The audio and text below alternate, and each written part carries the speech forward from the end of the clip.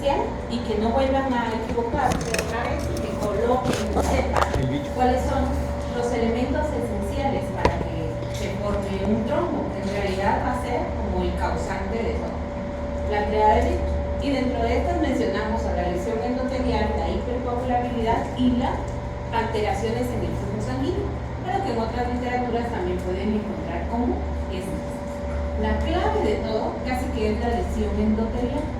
Y referimos endotelial porque si ustedes recuerdan, en el endotelio hay diferentes factores que se estimulan tanto para la inflamación, para la coagulación, para la antiinflamación y para la salida de plaquetas o de las células que se requieren, así como también liberación de interleucinas.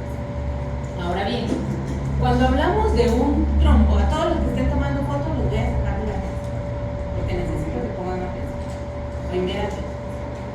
Cuando hablamos de un trombo, no vamos a entender solo una masa que obstruye la pared de un vaso, sino que hay diferentes patologías que se parecen. Dentro de estos vamos a encontrar a los trombos murales, a los arteriales, a las vegetaciones, a los venosos, y todos estos tienen como objetivo bloquear o obstruir una pared. Por ejemplo, cuando nos referimos a trombos murales, lo que ustedes tienen que recordar allí es que, por ejemplo, el estómago es una pared que posee capas. Dentro de esas capas vamos a encontrar la mucosa, la submucosa, la muscular, y un trombo mural es como que si la sangre se ocluyera, entonces agarra o afecta a todo el grosor de la pared. Cuando hablamos de arteriales, pues obviamente va a estar formado de sangre oxigenada. Si mencionamos a la trombosis venosa, va a ser sangre no oxigenada, pero también tenemos a los coágulos post-mortem, y estos es importante diferenciarlos de los tres anteriores porque tienen una característica microscópica específica, y nos estamos refiriendo a la presencia de las líneas de Sand. Estas líneas de Sand son depósitos de fibrina que se presentan entre los eritrocitos, y si estos aparecen, pues nos indican que es un verdadero coágulo y no post-mortem. Y también tenemos a otros que obstruyen. En este caso nos referimos a las vegetaciones, y las vegetaciones tienen su mayor origen en las válvulas cardíacas. En estas imágenes ustedes pueden ver una hemorragia que está en el cerebro, pueden ver una vegetación, pero también pueden observar las trombosis que se dan en los miembros inferiores, y estas son importantísimas porque pueden posteriormente evolucionar y causar una embolia. Es por eso que después de que se ha formado un trombo, tienen ustedes que saber qué va a pasar con ese trombo. ¿Cómo era el trombo mural?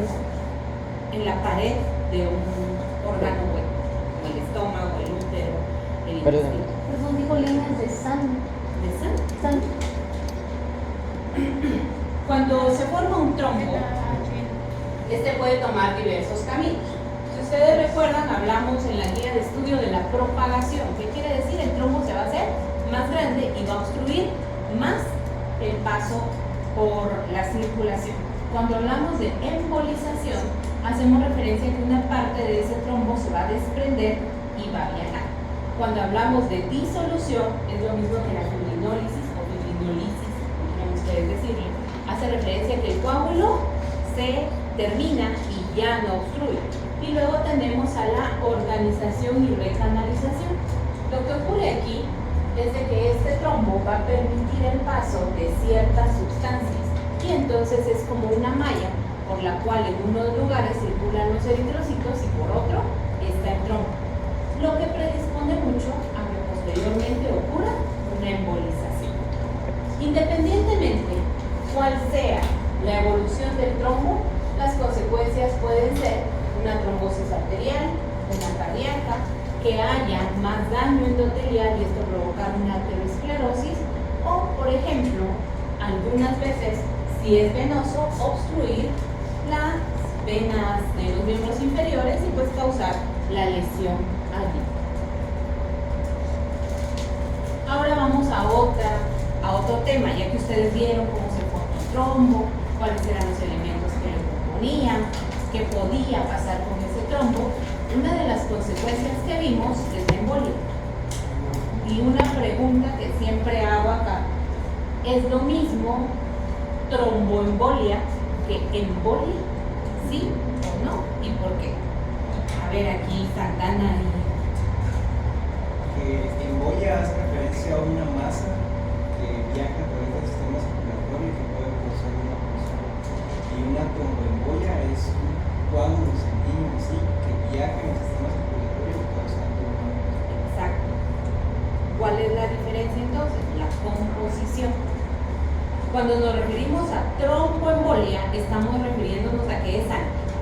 Pero cuando nos estamos refiriendo a embolia, va a ser cualquier sustancia líquida, sólida o gaseosa que va a viajar por el torrente sanguíneo y puede llegar a causar una obstrucción, puede llegar a causar depósito de materiales.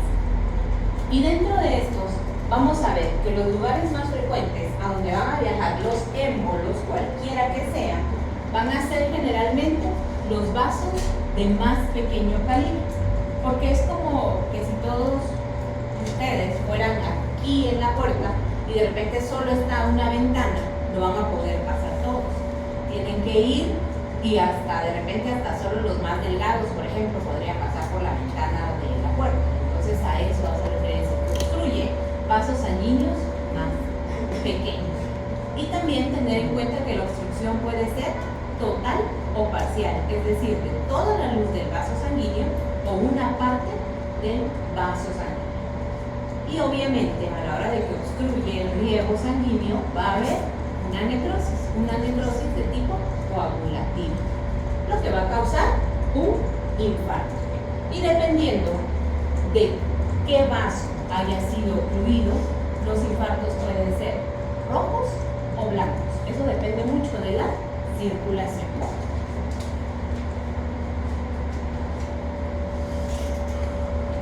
Una de las embolias más frecuentes es la embolia pulmonar. Esta generalmente se origina de las trombosis venosas profundas de los miembros inferiores y de allí viaja hacia la circulación y puede llegar a causar una muerte súbita inesperadamente, una insuficiencia cardíaca derecha si es una embolia pequeña o un colapso cardiopulmonar. Generalmente, muchas embolias que se pueden dar al mismo tiempo, como ocurre con la coagulación intravascular diseminada, nos pueden dar como consecuencia una hipertensión pulmonar, teniendo que controlar primero el estado de coagulación de nuestro paciente y después las consecuencias, en este caso, la hipertensión pulmonar. Una de las patologías que causó, y ahora se está viendo que muchos de los pacientes desarrollaron posterior al COVID, fue una hipertensión pulmonar. Aparte de que los riñones se ven dañados y que la mayoría que usó mucho corticosteroide ahora está en diálisis, otra de las complicaciones que se están viendo del COVID es la hipertensión pulmonar. Entonces hay que tenerla en cuenta. Pasamos a la siguiente. Esta es totalmente diferente. La tromboembolia pulmonar se origina en las venas. La tromboembolia sistémica se origina en las arterias. Y entonces vamos a encontrar que el origen va a ser generalmente la ventrículo izquierdo y un porcentaje del 25% va a tener dilatación de la aurícula izquierda. Dime. Una pregunta, cuando hablamos de hipertensión pulmonar, de lo que usted comentaba, se refiere a que, digamos, hay un aumento del volumen de sangre y ya no comprendo todavía bien hipertensión pulmonar. Hipertensión pulmonar, vamos a ver que las capacidades en este caso del pulmón de realizar el adecuado intercambio no se dan y va a haber un esfuerzo más para que ese intercambio se dé. Gracias. Estábamos en la sistémica.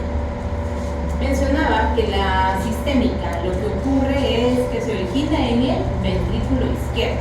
¿Qué arteria sale del ventrículo izquierdo? La aorta. ¿Y entonces qué transporta? Por eso se llama tromboembolia sistémica. y entonces viaja a toda la circulación. La mayoría tiene su origen allí y se da porque ocurre un infarto de ese lado del corazón, en el ventrículo izquierdo y posteriormente, como cuando hay un infarto, hay oclusión, se desencadena la arteria de Virchow, puede haber formación de trombos, viaja uno por la circulación sistémica. También otros de los orígenes pueden ser aneurismas de la aorta. A ver la fila donde está Dulce, si no los voy a sacar a correr. Cualquiera de la fila. Me dan la definición de aneurisma. ¿Es el adelgazamiento del endotelio portero? No es un adelgazamiento. ¿Dilatación de qué? De la fila de Dulce. Micaela. ¿Dilatación en qué forma? Tiene una forma específica. Es como una dilatación como en ovalada, que se da generalmente abajo de los vasos renales. Puede ser en cualquier lugar, no solo en los vasos renales. ¿Alguien más? ¿Qué forma tiene? Circular, como el globo. Como en un globo. Ovalada. Se dice que es una dilatación, la definición es una dilatación sacular que causa un adelgazamiento de la pared de un vaso sanguíneo. Eso es una aneurisma. Es como que tuviéramos un globo. Venimos y lo inflamos tanto que ustedes ven que ese globo, si era morado, posteriormente el color, mientras más aire tenga, más delgada se vuelve la pared. Lo mismo ocurre aquí. Si hay un aneurisma, la mayoría de estos pueden romperse, pero debido a la sangre que se acumula allí, puede formar un coágulo y viajar una parte por la circulación y llegar a causar un daño a los órganos. Los órganos más comúnmente dañados son riñón, cerebro, pulmón, por las embolias sistémicas. Ahora bien, si por ejemplo nuestro paciente tuviera alguna malformación cardíaca, podríamos encontrarnos ante una embolia paradójica. ¿Alguien sabe qué es eso?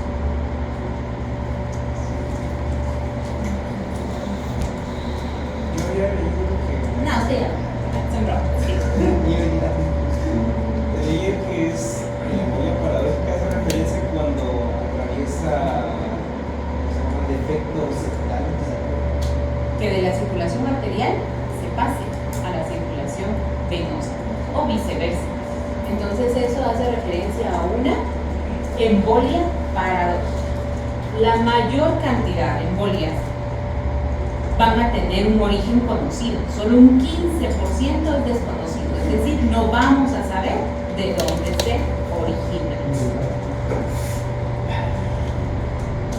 En esta imagen que se me había pasado la diapositiva, quería mostrar cómo la embolia pulmonar tiene una forma característica, que generalmente el trombo es grande y va por esta arteria de mayor calibre, y vean cómo en estas, en donde el calibre es menor, se divide en dos, a lo que se le llama émbolo en silla de montar, y es característico buscarlo cuando se sospecha una embolia pulmonar. De esta fila que no ha contestado, ¿cuál es la causa más frecuente de embolia pulmonar? Yo la dije hace un momento.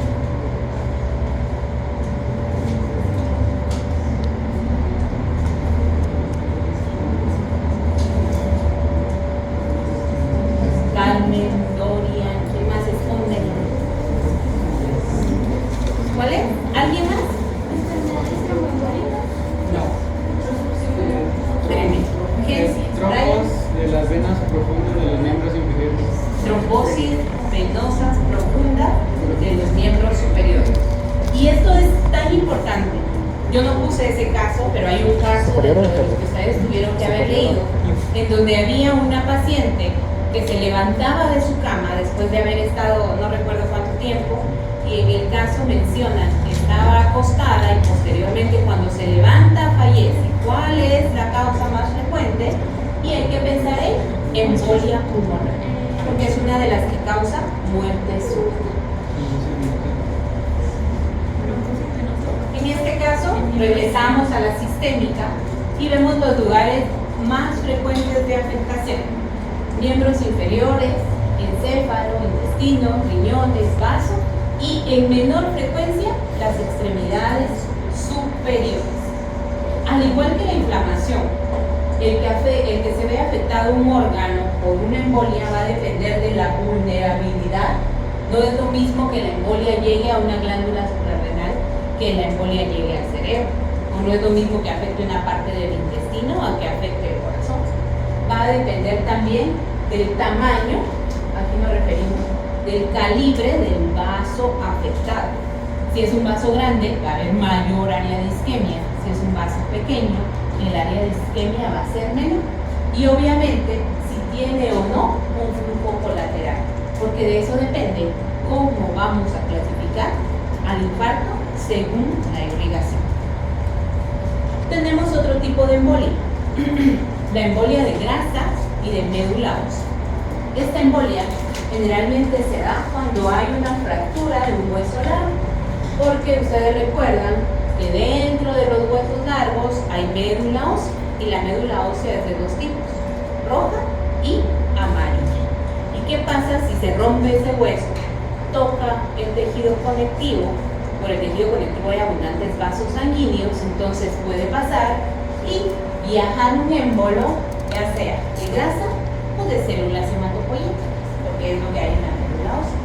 ¿Qué otros pacientes se predisponen a este tipo de embolia? Los pacientes quemados. Es por eso que coagulación es tan importante, porque cuando ustedes tienen a un paciente quemado o fracturado, a la vez de que quieren que la herida sane, que forme un buen callo, que esa herida se repare, el endotelio está tan lesionado que va a estar coagulando, que ustedes a la vez le tienen que dar propiedades anticoagulantes y tener un equilibrio para que no formen trombos, y si los tienen, pues que se deshagan. Entonces, ¿a dónde viajan? Generalmente los émbolos de grasa y de médula ósea es más frecuente que vayan a la vasculatura pulmonar, al igual que la tromboembolia pulmonar. Tenemos otro tipo de embolia, la embolia de aire o la embolia gaseosa, como la vamos a encontrar en otras literaturas. Esta hace referencia a que dentro de la circulación de los vasos sanguíneos debe de entrar aire. Voy otra vez a la primera fila, los últimos. ¿Cuánto de aire se necesita administrar a un paciente por vía intravenosa para ocasionarle una muerte súbita o un embolia? 200 a 500, ¿qué? La primera fila, el primer ¿cuántos? Si yo, por ejemplo, le administro medicamento y se me va ahí una gotita y ya, no, se necesitan más de 100 ml para que eso le haga efecto, pero cuidado, porque, por ejemplo, ahí está los pacientes que están en el hospital y a veces no saben cerrar la guía de la venoclisis, se levantan al baño y se van con su suerito colgando por todos lados y ahí les va entrando aire. A veces, lo más frecuente es de que el retorno venoso llegue y cuando se den cuenta, todo, hasta la bolsa de suero, está llena de sangre. Entonces es más frecuente que salga a que entre, pero puede pasar. Pacientes que hacen, no sé cómo se llama ese deporte, pero no, el otro, en lugar de ir para abajo, ir para arriba. Alpinismo. Alpinismo. No sé si han visto, pero por ejemplo, para escalar el Everest no es de que, yo me voy hoy y ya mañana lo empiezo a subir y pago para que me suban. Generalmente les da una embolia por presión. El cuerpo se tiene que acostumbrar a la altura a la que esté y puede pasar. Lo mismo ocurre con los que hacen buceo. Someterse a tanta presión puede desencadenar la presencia de una embolia de aire. Otro tipo de embolia, la embolia del líquido amniótico. Esta embolia de líquido amniótico obviamente es más frecuente en mujeres que no va a haber en hombres. Se va a dar obviamente cuando la paciente esté en trabajo de parto, haya sido cesárea o normal. Vamos a encontrar que debido a la circulación que hay entre la placenta y el endometrio, cuando la placenta se desprende y hay ruptura de las membranas, hay paso del líquido amniótico. Y si, por ejemplo, la placenta se desprende antes, porque hay una patología que se llama desprendimiento previo de placenta antes de que se desarrolle el trabajo de parto y se rompen las membranas, ese líquido amniótico puede viajar a la circulación materna. Y el líquido amniótico, ¿cómo sabemos que llegó a la circulación materna? Porque vamos a ver presencia de la núcleo, vernis gaseoso, células epiteliales planas o células productoras de mucina del aparato respiratorio o digestivo del feto. Y no solo ocasionan un émbolo, sino de alrededor vamos a encontrar algo que conocemos como daño alveolar difuso, que es característico de la mayoría de embolias que afectan el pulmón, de la enfermedad de la membrana hialina, una consecuencia final de una neumonía o como lo vimos en pacientes con COVID, que la base era el daño alveolar difuso. Y lo que ustedes ven acá, pues son grupos de queratina dentro de la circulación materna. Y pues con eso terminamos embolias. Ahora nos pasamos a otro tema. ¿Dudas de las embolias? Que quede claro que pueden ser líquidas, sólidas, de aire, que solo si decimos tromboembolia nos referimos a que es sangre, Eduardo, para afuera. ¿Alguien más? ¿Dudas? ¿No? ¿Puedo preguntar de embolia? Sí, pero no en el examen. Bueno, nos pasamos a otra patología. Infarto. Cuando las embolias viajaron por la circulación, pueden ir a obstruir un vaso sanguíneo. Y esa obstrucción de la irrigación, ya sea arterial o venosa, es un infarto. Sin embargo, cuando uno dice infarto, lo que más piensa es en infarto agudo al miocardio. Si yo les digo infarto renal, ¿y cómo el riñón y no el corazón? No, infarto es obstrucción de riego sanguíneo y puede afectar a cualquier órgano. Por eso vemos aquí que hay a nivel pulmonar, intestinal, y los infartos causan un tipo de necrosis coagulativa. Hay una tromboembolia, una embolia que no mencioné, y es porque no está en Roy en ese capítulo, y es la embolia neoplásica. ¿Qué sucede? Que viajan émbolos de células neoplásicas por el torrente sanguíneo. ¿Cuál otra se me olvidó? Hay otra que se me olvidó. No. Esa no dije. ¿Cuál no dije? Un punto al que me diga cuál son. 5, 4, 3, 2, 1, 10. Bien, estaba en la de médula ósea. ¿Cuál lo dijo? Ya. La infecciosa o émbolos sépticos. ¿Y qué sucede? Que por ejemplo se forma un absceso y este absceso llega a la circulación y pues también puede viajar pus por el torrente sanguíneo. Eso no lo mencioné. Por eso no hay cosas, ventajas y desventajas de dar la clase así. Hoy estamos probando esta modalidad. Cuando hablamos de infarto, entonces ahí está, oclusión de la irrigación arterial o venosa. Ahora bien, generalmente estos infartos pueden tener las siguientes causas. Primero, que sea un trombo o un émbolo. Ya vimos eso. Un espasmo local, una falla en la contracción, una hemorragia dentro de una placa ateromatosa, como ocurre en la aterosclerosis.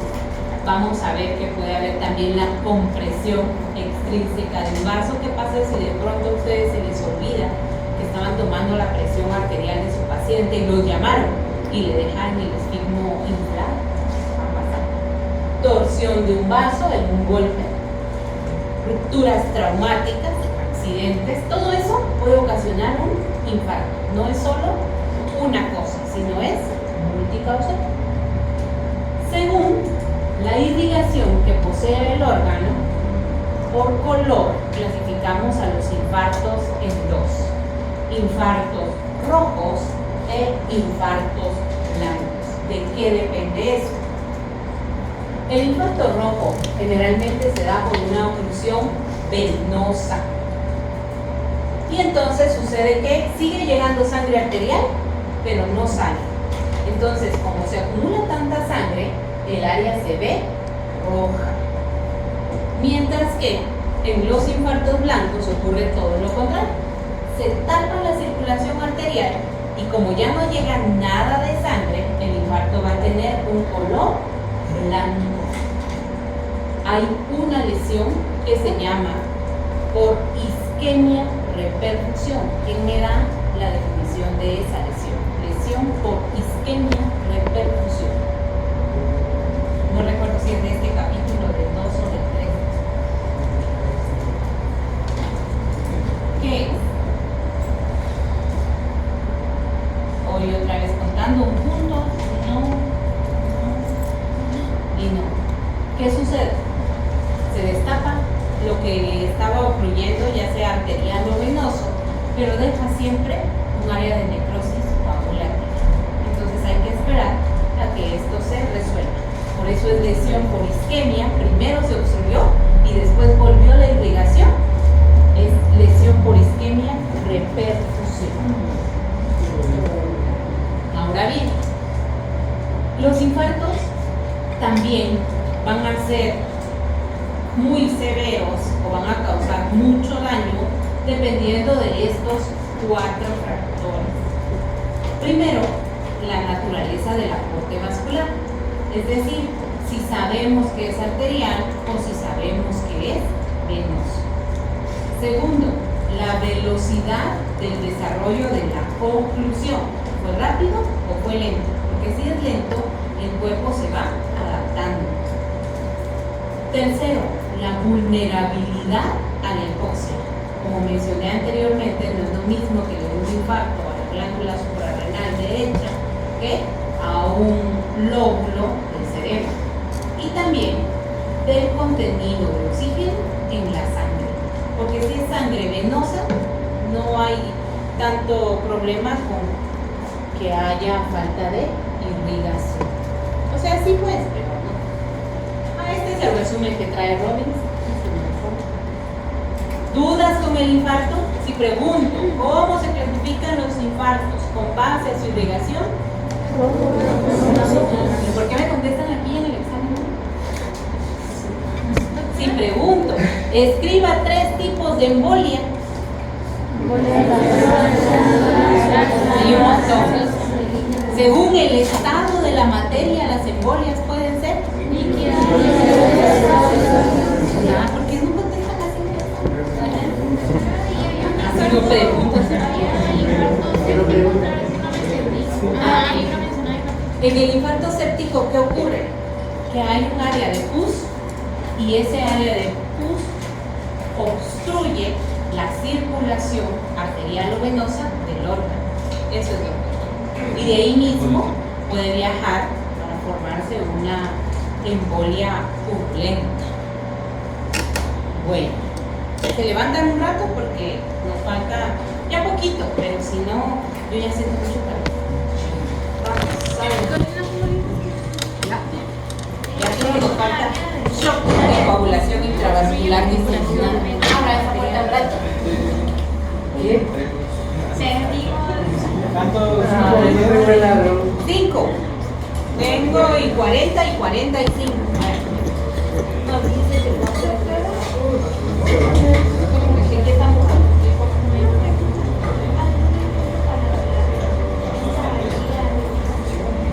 Cualquier cáncer.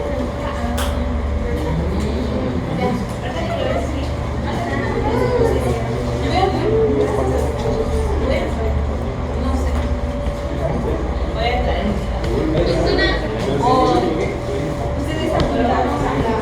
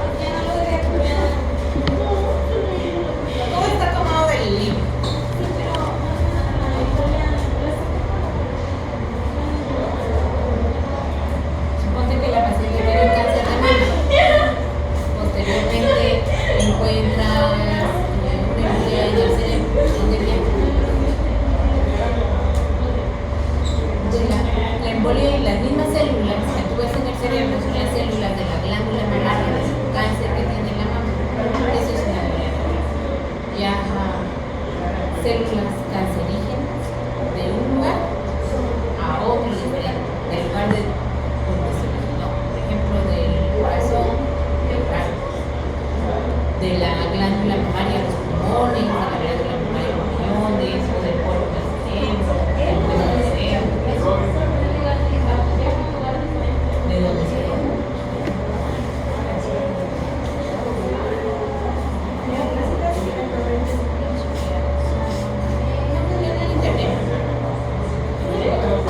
Yo quiero hacer los grupos, hoy me urge. Las notas, dicen.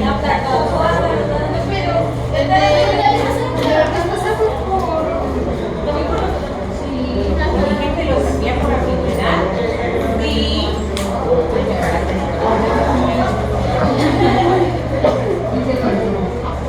Sí, me hubieran sacado buena nota. Los hago dejar reunirse, no se quieran. Una pregunta. Sí, ¿Se conoce a Robin? no. Es un señor. ¿La ley?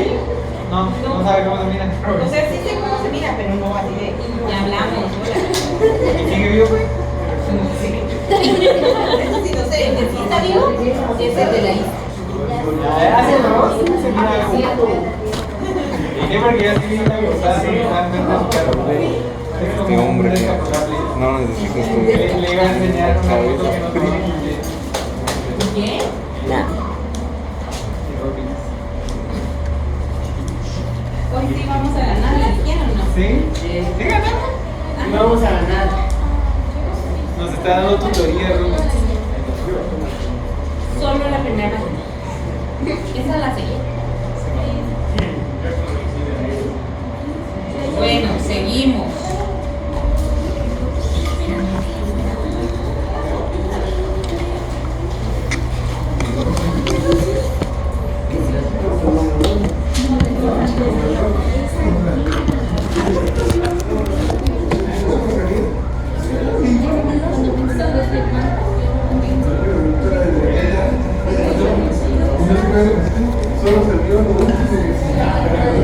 Bueno, ahora hablamos de shock.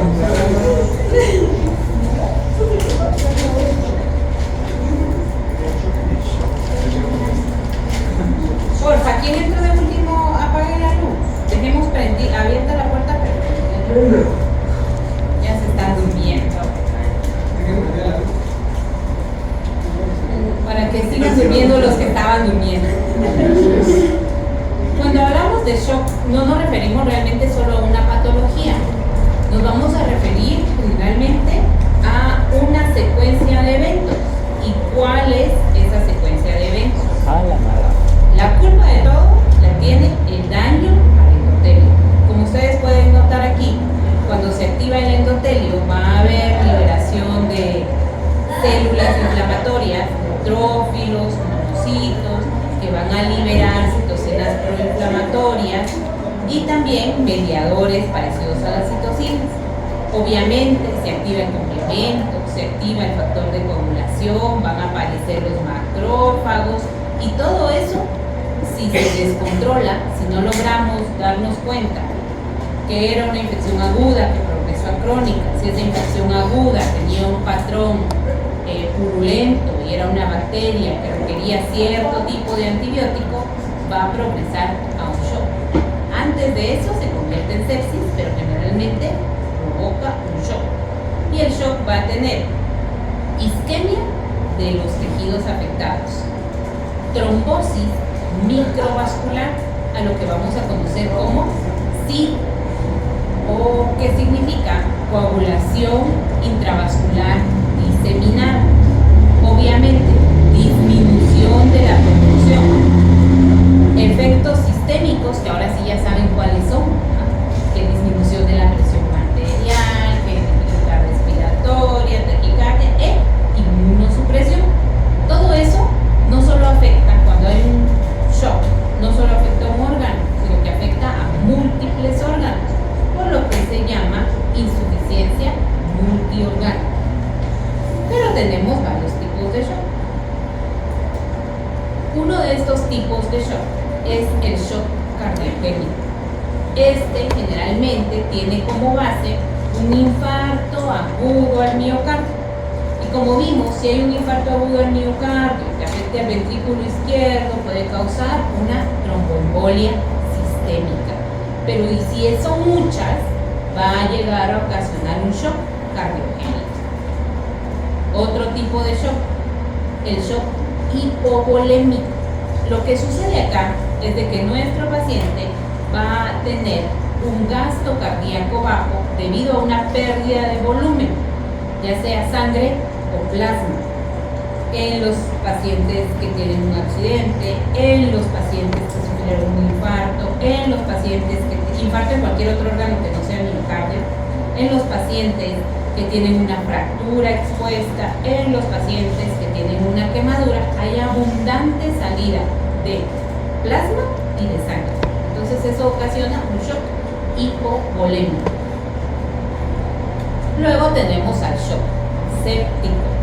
Generalmente es de respuesta a una reacción de tipo inflamatorio, en donde se ve esa cascada de la inflamación activa y por lo tanto sigue produciéndose porque las bacterias o los microorganismos causantes del mismo no lo han resuelto.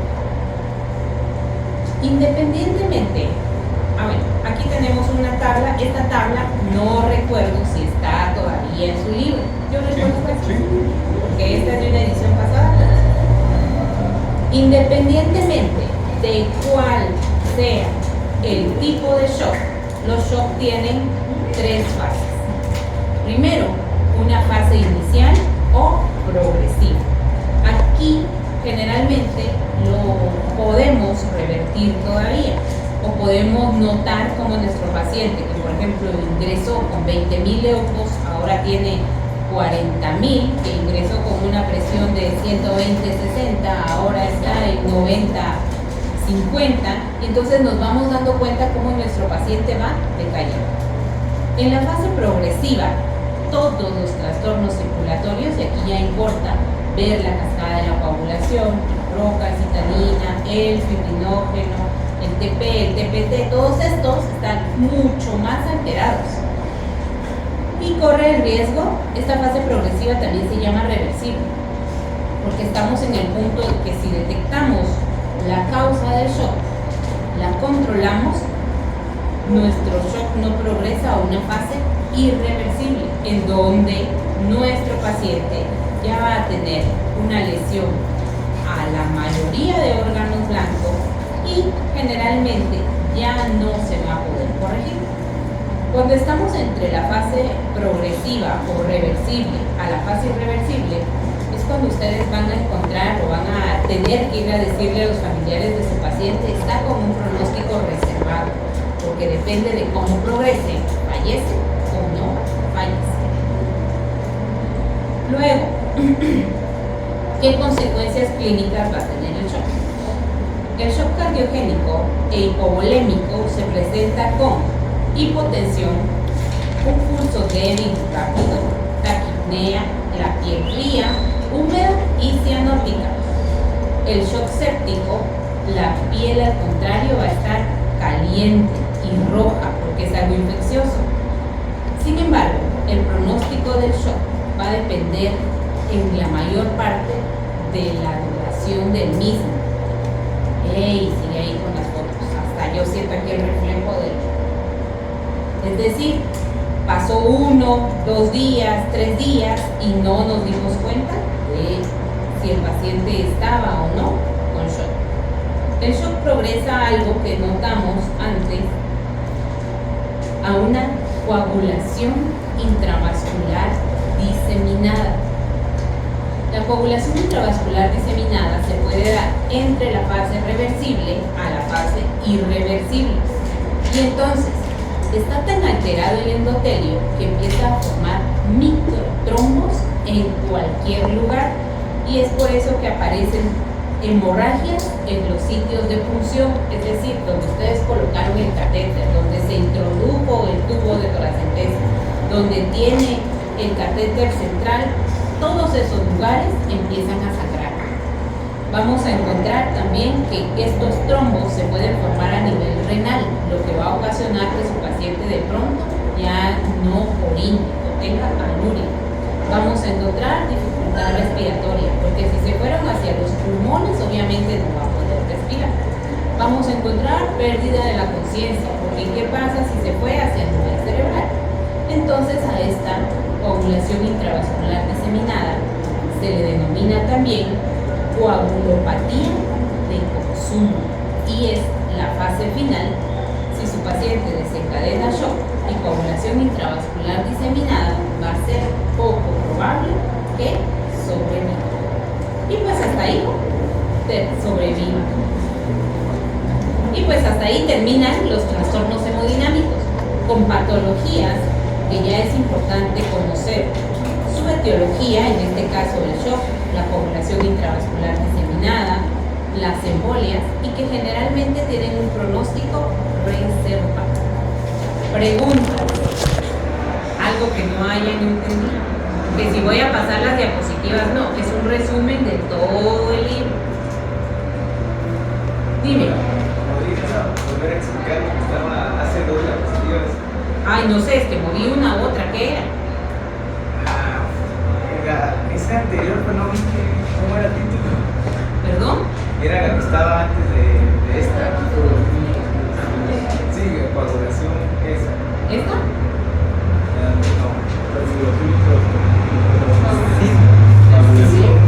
Ah, sí. Sí, de esta de aquí. ¿Esta? Sí, ahí no.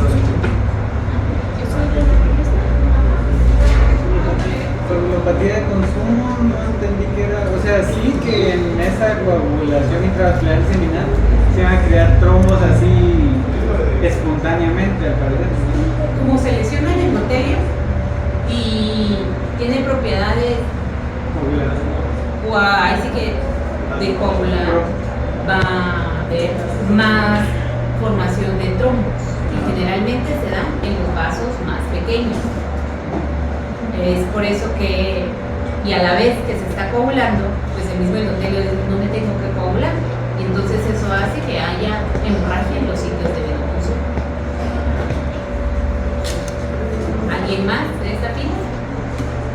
¿No? Bueno, voy a intentar nuevamente hacer los grupos o la distribución en la plataforma. Si no se puede, lo voy a hacer de otra forma. A ver con quién estamos. Algunos son tríos, otros son dúos. Aquí son cuántos, 33, ¿no? Les voy a mandar el canal. A ver, numeren, empiece. No, solo quiero saber cuántos son.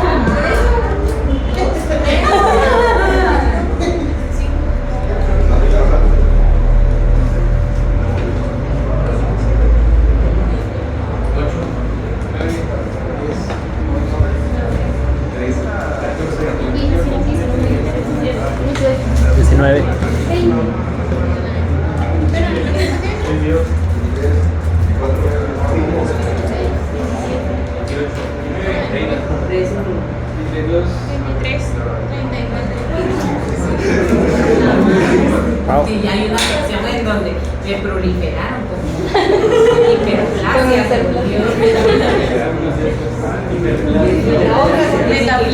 Reproducimos como cucarachas.